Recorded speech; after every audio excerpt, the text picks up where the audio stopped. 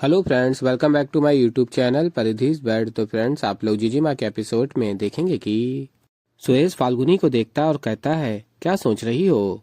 और फिर फाल्गुनी कहती है, कुछ खास नहीं सुरेश। और फिर सुरेश कहता है, तो फिर जो मैं कह रहा हूँ उसके बारे में सोचो।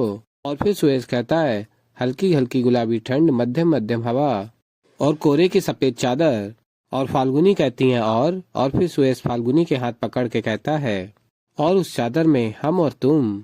और फिर फाल्गुनी कहती है, कब। और फिर सुरेश कहता है, आज शाम को हम दोनों अजमेर जा रहे हैं। और फिर फाल्गुनी कहती है, सच्ची। और फिर सुरेश कहता है, मुच्ची।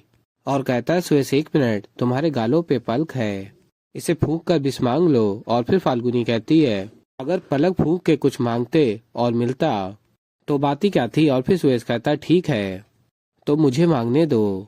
और फिर सुरेश विष मांगता है। और फिर फाल्गुनी कहती है, फूंको तो।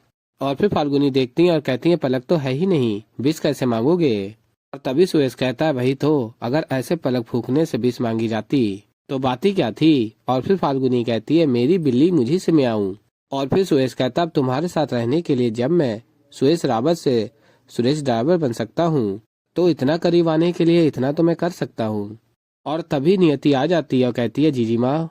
और कहती है, जरा आकर देखी ना मेरे कमरे में कि मॉम क्या कर रही है।